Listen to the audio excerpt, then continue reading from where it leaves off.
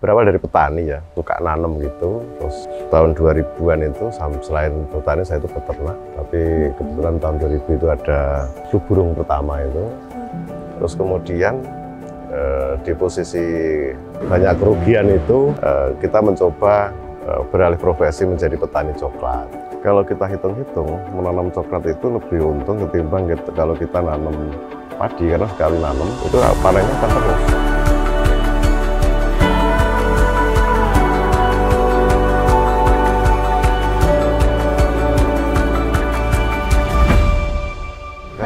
Ya, halo. Selamat sore.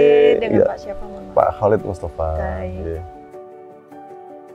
Saya Ica Pak dari Bank Jatim. Siap, kalau sebelumnya saya pengen tahu nih, kalau dari Pak Khalid sendiri itu profilnya bagaimana sih Pak? Jadi pengen kenal saya sama Pak Khalid.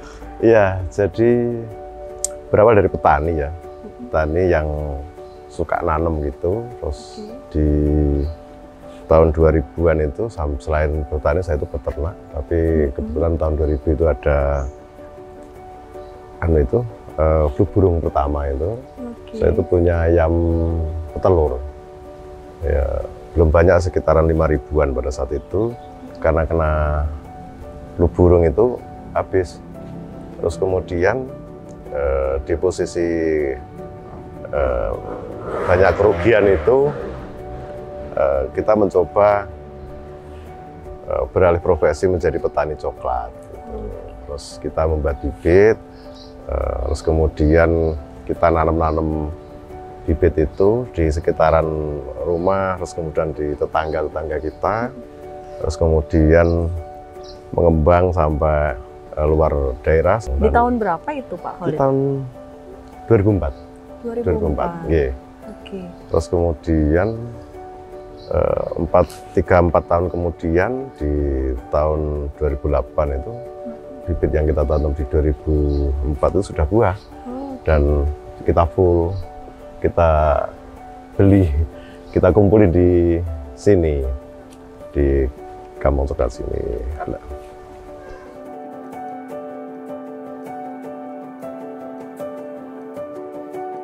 Kalau dulu pertama kali tuh berapa pohon Pak yang mulai dikembangkan bibitnya sama Kampung Coklat? Iya, jadi setelah ayam gagal itu, mertua itu ada pohon 125 pohon ya di belakang rumah. Di sini semuanya? Ya, di belakang rumah ini. Dari 125 itu, saya juga tidak tahu mertua itu kok nanam itu motivasinya apa. Tapi pada saat itu setelah buah, terus kemudian kita petik, terus dipecah, dijemur, kering. Itu cara menjualnya di mana juga tidak tahu pada saat itu. Dan saya cari-cari pedagang, ternyata ada satu gudang yang menerima itu waktu itu di harga 9.000 per kilo kering gitu, coklat biji kering di tahun itu ya. Mungkin dolar kali sekitaran 4.000, 5.000 lah sekitaran itu waktu. Nah, dari situ saya senang sekali, karena kalau kita hitung-hitung, menanam coklat itu lebih untung ketimbang kalau kita nanam padi, karena sekali nanam itu panennya akan terus. Begitu buah di tahun kedua berkelanjutan itu kita tidak nanam lagi, tinggal petik. Nah, ini menjadi daya tarik kita yang memotivasi kita untuk beralih profesi menjadi petani coklat. Kita dari 2004 itu buah, kita kumpulin. Dan ternyata kita mencari pedagang yang lebih besar di Surabaya, di Margomulyo waktu itu. Kita coba bawa satu pickup ke sana, dan ternyata harganya sudah 16.000 per kilo. Jadi ada ya, karena kan kita potong kompas, tidak melalui pergudangan lokal sini, langsung kita kirim ke sana. Dan sejak itulah kita mengembangkan nanam yang besar-besaran, dan di tahun 2007 itu kita sudah sehari itu bisa ngepul biji coklat 10 ton sehari. Jadi satu bulan itu 10 ton.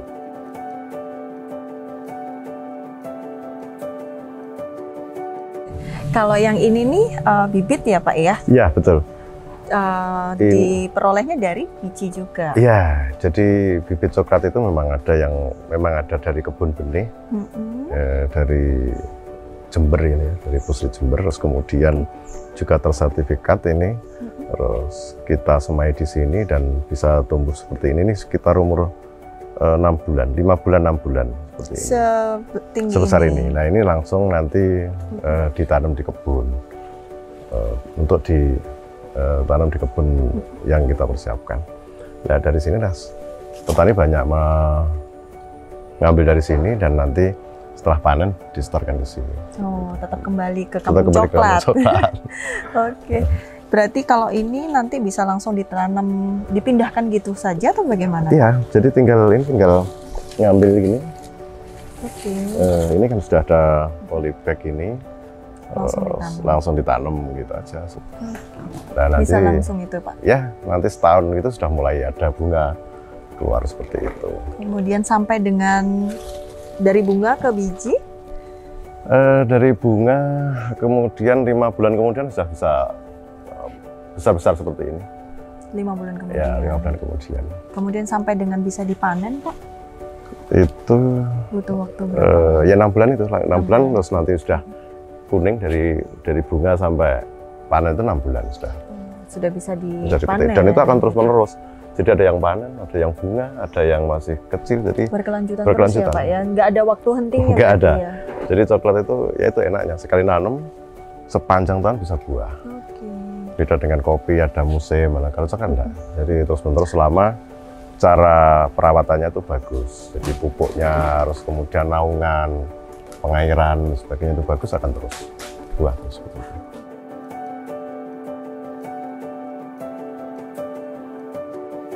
Dari pembibitan kemudian prosesnya apa lagi Pak Khalid ini? Jadi dari pembibitan bibit itu kita salurkan ke petani, terus kemudian ditanam di lahan petani. Ya di lahan petani ditanam dengan pohon umur 3 tahun, pohonnya seperti ini, sudah mulai buah-buah seperti ini. Jadi nanti petani petik, terus dijemur. Petani biasanya jual ke kita itu dalam kondisi kering 10%. Terus kemudian dari 10% itu kita finishing sampai 7%. Setelah itu kita packing, terus bagian diekspor, sebagian kita olah di kampung coklat ini. Baik, dari proses yang 10% ke 7% untuk kadar airnya berarti ada proses pengeringan tentunya. Iya, ada proses pengeringan. Itu paling kurang lebih ya 2 jam, 1 sampai 2 jam. Nanti kita bisa lihat di gudang pengeringan. Oke. Nah ini Mbak Ica ada yang buah masak. Oh ini sudah masak petik. Ini ya, Pak? Sudah. Kita petik. Nah biasanya nanti setelah dipetik seperti ini. Oh, jadi ini ya Pak mendekati buahnya kalau mau petik. Betul, metik harus mendekati buahnya karena di bantalan buah ini nanti bisa bentuk bunga lagi. Oh gitu. Baik. Nah seperti itu. Nanti kita pecah sekalian. Oke.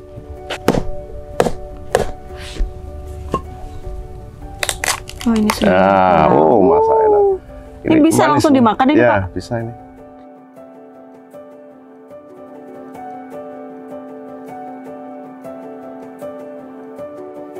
Ya, ini Mbak Ica, jadi dari petani setelah tadi dipecah, terus kemudian diatus dikeringkan awal oleh petani, terus kemudian dijual ke sini seperti ini. Ini kadar air sekitaran 10, di sini paling sekitar 2-3 jam ya nanti di finishing sampai kadar air 7.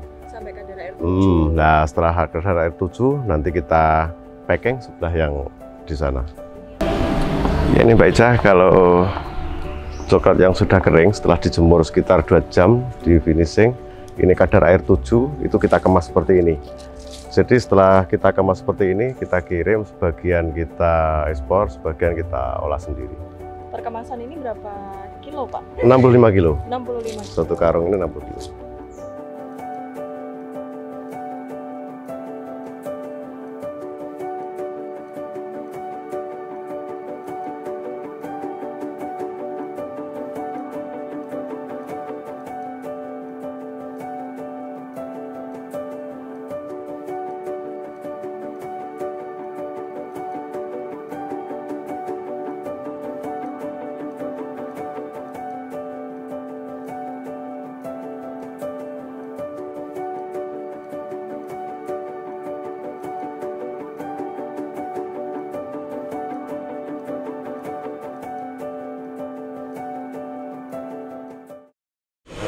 silakan. Ini Pak Edi, Pak Direktur Keuangan Trisuri dan Global Services. Pak Edi ini Pak Khalid, owner dari Kampung Coklat. Oke, terima kasih. Senang bertemu Bapak. Silakan duduk Pak. Monggo, silakan ya. Baik, terima kasih Pak. Saya senang bisa hadir ke sini. Saya dengar dari masyarakat sekitar bahwa di Blitar ini ada yang namanya Kampung Coklat. Ternyata Bapak ownernya ya Pak ya? Oke. Bisa diceritakan Pak, selama ini Bapak jualan coklatnya kemana saja? Kita ada 2 produk Bapak, jadi ada coklat biji, terus kedua ada olahan. Coklat olahan yang langsung dimakan? Oke. Terus jualnya ke? Kalau biji kita ekspor Bapak, tapi masih ngesut Bapak. Oke. Dengan salah satu PT gitu, kita bawa ke gudang yang ada di Romo Kalisari, terus kemudian dikemas. Oke. Kalau untuk olahannya ini ada 2 pasar, satu di galeri kita sendiri. Ini dari pengunjung yang datang dan pengunjung langsung bisa beli di galeri. Yang kedua online Bapak. Oh, ngelayani online juga? Ya, online cukup besar Bapak. Jadi termasuk ada yang dari Taiwan juga. Per bulan itu sekitar 6 kintal produk dari kita. Sorry, yang online itu produk jadinya atau produk bijinya? Oh, produk jadinya. Jadi. Sudah keluar ya sebenarnya ya. Oke. Mereknya apa? Oh iya, mereknya apa kalau yang produk jadinya itu? Sama, Kampung Coklat. Oh, Kampung Coklat. Oke. Pak, model penjualannya apa ini selama ini? Kalau tadi saya menarik Bapak bisa jual ekspor ke luar negeri. Apakah modelnya pakai advance payment, Bapak di DP jual, atau pakai fasilitas yang biasanya diberikan oleh bank melalui sistem LC? Apa Bapak yang bisa digunakan? Karena kita ngesup Bapak, jadi selama ini kita hanya langsung dari pembeli langsung sini ya. Oh, artinya Bapak nggak ikut mengekspor, tapi barangnya Bapak diekspor oleh mereka. Oke. Oh iya. Barangkali akan lebih menarik lagi, menambah nilai buat Kampung Coklat di coklat ini, manakala Bapak bisa melakukan ekspor pakai dengan cara LC. Karena manfaatnya memang bagi si penjual, itu kalau bisa membeli penjual secara LC itu terhindar dari, mohon maaf, importir nggak jadi bayar, datangnya kemudian demorit, cuma dikembalikan. Karena kalau LC itu begitu mereka terima barang di sana, Bapak unjukin suratnya ke kami harus bayar, nggak ada cerita lagi nggak bayar.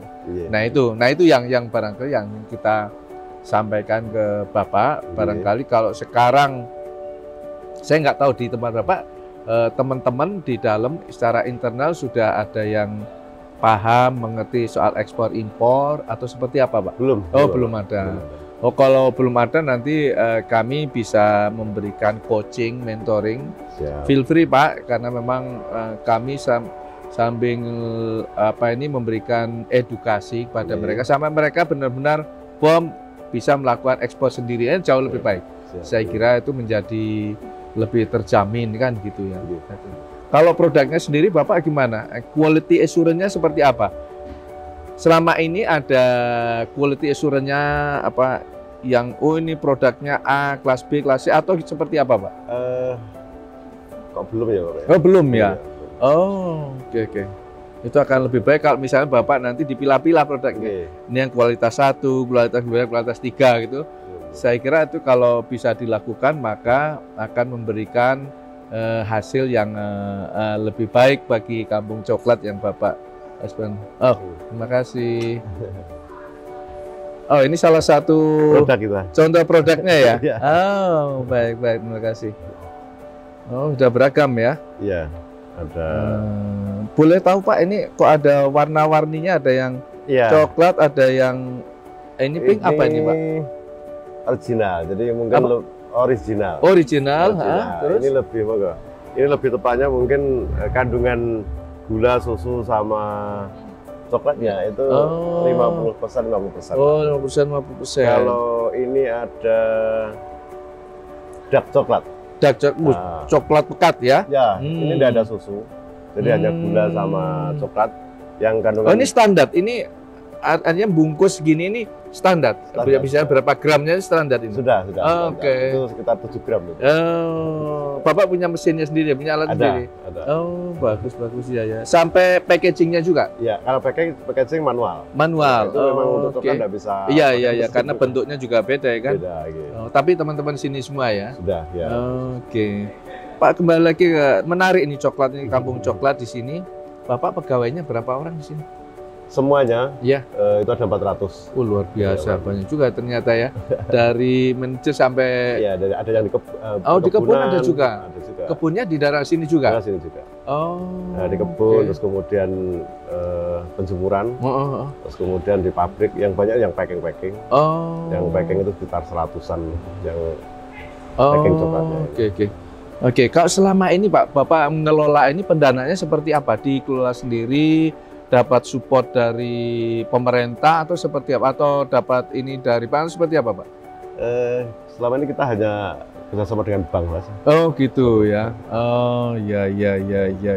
Ada manfaatnya bagi Bapak? Sangat, ada ya. Misalnya apa, Pak? Dalam hal apa? Kenapa Bapak mengatakan ada manfaatnya seperti apa? Kita dibantu juga gaji karyawan, bayaran yang lain kita di. Melalui bank ya, payroll. Iya. Oke, ini lengkap Pak ya fasilitasnya mulai dari produksi sampai apa istilahnya di sini pengeringan, saya penjualan tuh lengkap dari A sampai Z. Iya. Bahkan itu dari bibit tuh Pak. Dari bibit coklat. Kita juga ada pembuatan bibit, terus kemudian pengunjung atau siapapun petani bisa belajar di sini cara nanam. Oke. Terus kemudian dari bibit ditanam di kebun petani, terus nanti ada pembinaan dari kita sampai panen bijinya nanti kita beli juga biji coklat. Terus kemudian dari biji coklat itu setelah kita finishing itu sebagian kita ekspor yang ngesuk tadi, sebagian kita masak sendiri. Oke. Berarti kalau dari produksi sampai menghasilkan sudah nggak ada isu lah ya Bapak bisa. Pak, kalau dari sisi yang lain, sekiranya Bapak ada yang membantu pendampingan untuk proses sampai Bapak bisa ekspor sendiri, menemukan pasar baru. Misalnya gini, di sini ini ada yang terkenal adalah makam Bung Karno, ya kan? Yang barangkali setiap tahun pasti pengunjungnya ramai. Salah satu objek pariwisata. Kalau ini saya kira bisa juga menjadi objek pariwisata. Kalau itu bisa kita sinergikan, barangkali luar biasa.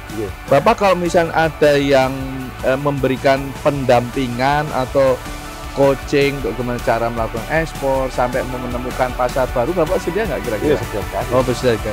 Pak, terima kasih, nanti bisa kerjasama dengan Bank Jatim ya Pak. Kami dari tim Bank Jatim insya Allah akan membantu Bapak menjadi saya tunggu, semakin baik. Terima kasih ya Pak. Terima kasih.